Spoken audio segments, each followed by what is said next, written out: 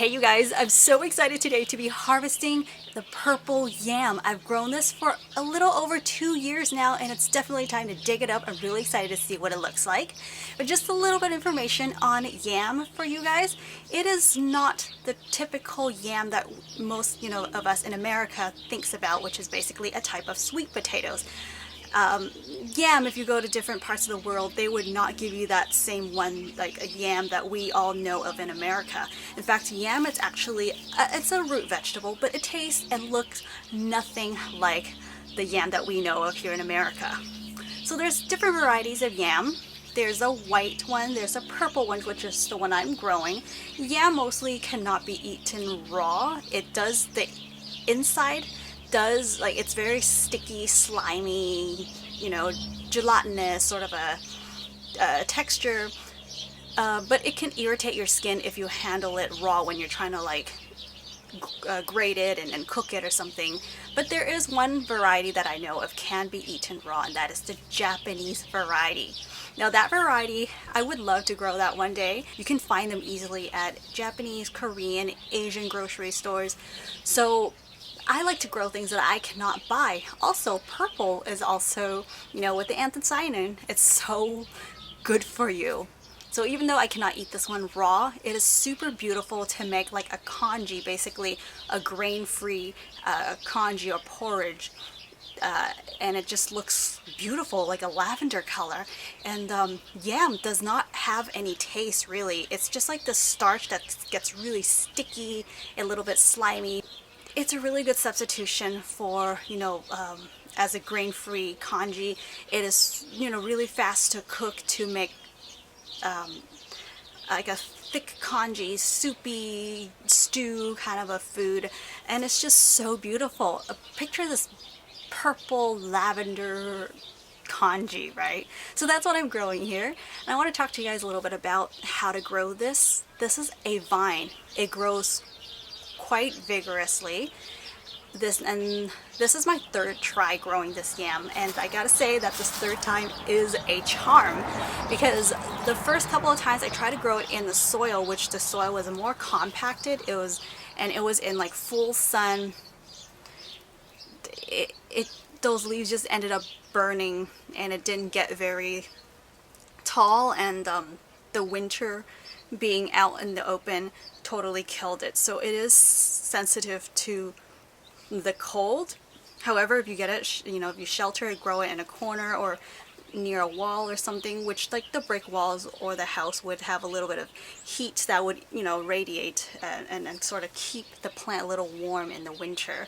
So this one here is growing in, the back corner here against the house, so it does get sun. But once the vines, because I actually pruned back the arc trellis here, so it's getting a lot more sun now. But once I get some other like vegetables like the loofah to grow, it's gonna start like shading over. Yam leaves are just so beautiful. It has a little bit of that hint of like a high glossy and like purple tone to it. It's just so pretty. Now they can grow these little like tuber looking potato things that are basically like seeds that would hang on the vines. I have never seen that on my plants because, well, actually I don't know why, but I'm assuming is it because it's not getting enough sun, or we're not getting enough heat or something, because growing in this narrow space there's not a whole lot of sunshine. So the other way to grow them would be just chopping off a part of the tuber to grow. These tubers are so hardy that you basically can just chop up a little piece, or they would even come up in people's like compost pile. It'll start kind of rooting and sprouting. So I have one growing in a little more sun, and then this one here in a little more shade. When I grow something new, I love experimenting in where I should place them, so I get multiple plants just to see where they do best. That one is actually still, in fact, why don't I show you what that one looks like? Come on.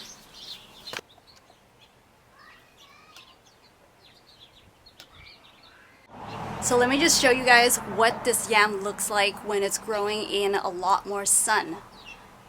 You You see the leaves are not as pretty, but I was hoping that maybe giving them more sun would produce, they would produce these little, you know, potato seeds, so that you can easily take them to grow.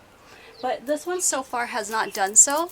This plant, I actually had it in a lot more shade than the under the arc trellis. That's where it was in the first year, in 2019. But then, and so the leaves were just looking so pretty when it was climbing in a more like a shaded area. However, I wanted to test out to see if they would give me seeds.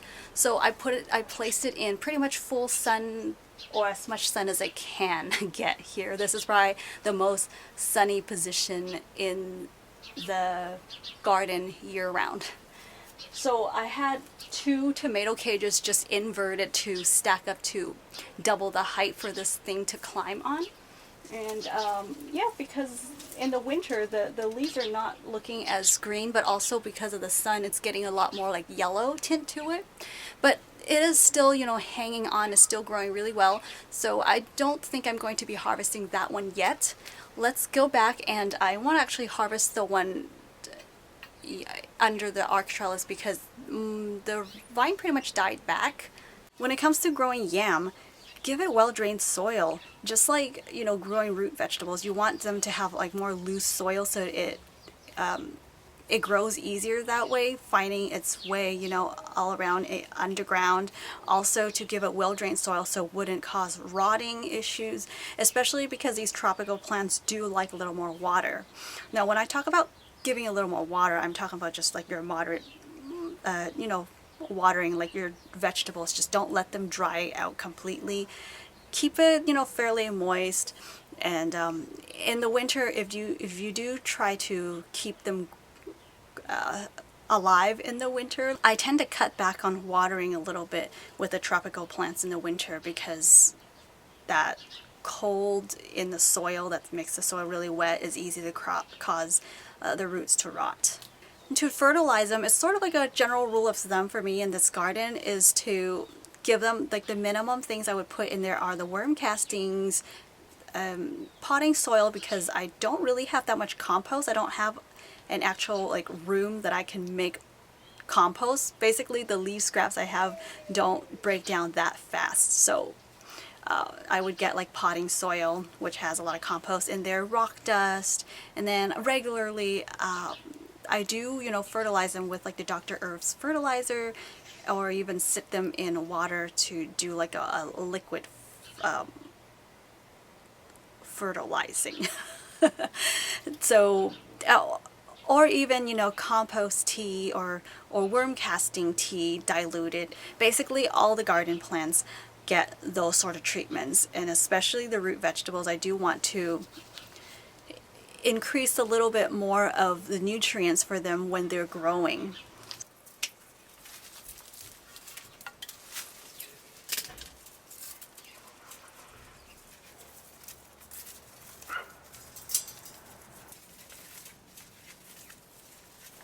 Take this out. Yikes, knocking over things. Thank you, beautiful. Now I'm going to harvest you.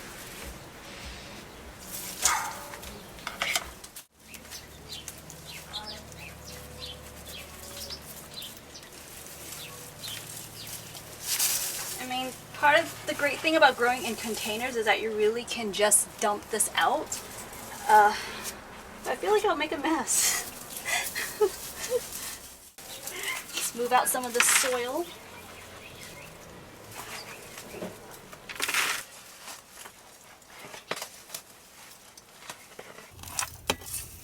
So I don't want to cut any of the tuber since I can't see it. I'm sweating. Whew, because sun is out, and wow, I can feel the tuber. It's pretty deep in the pot. So excited.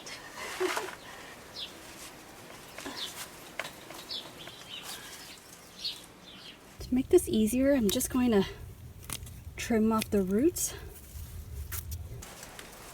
Oh, here it goes. There it is.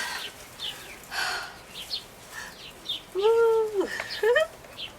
My very first purple yam. Oh, and that little part got pierced a little or something, so you can see the deep purple exposing through. Go back, Mr. Worm. See, this part is totally flatted out, and that's because I grew it in the pot and it hit the bottom. Thank you, yam. Thank you, plant. My very first purple yam. Alright, here they are after they were washed. You can see how vigorous the roots have grown. Like, this is a really hardy vine. Even got some new roots, looks like some fresh roots, looks purple, and they're starting to grow out again. So you can see this is where the stem grows out of. This one came out of the stem here that has dried out already, and then this one, the stem is still alive. But yeah, grows kind of like a sweet potato.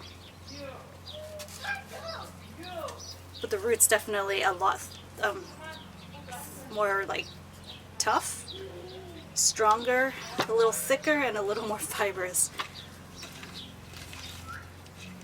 So let's cut out one of them to show you what it looks like on the inside.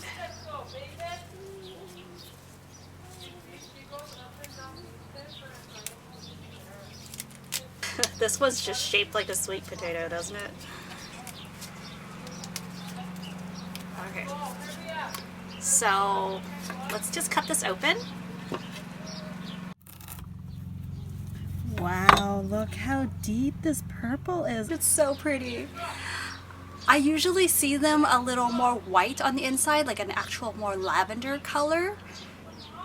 This one is like, it's so pretty. But you know, when you take this whole thing and you remove the skin and you cook it, pretty much it turns sort of like a paste sort of consistency, and it's just really beautiful purple, you know, beautiful purple color in your food. Thank you guys for joining me out here on this exciting harvest of purple yam, also known as ube. If you guys want to check out how I make food with this, be sure to check out an upcoming video, which I will link it down below once it is out. If you guys enjoyed this episode, please like, share, and subscribe to this channel. You can follow me on Facebook or Instagram, where I do some instant updates of my life that you don't get to see on this channel because it happens in real time. If you guys like what I'm doing, I would love for you to support my work. Please go check out my website at wendyland.com. Thank you all so much, you guys, on this exciting harvest. I'm so glad I got to share this with you guys. Thank you again. I shall see you right back here in the next video. Happy gardening. Bye.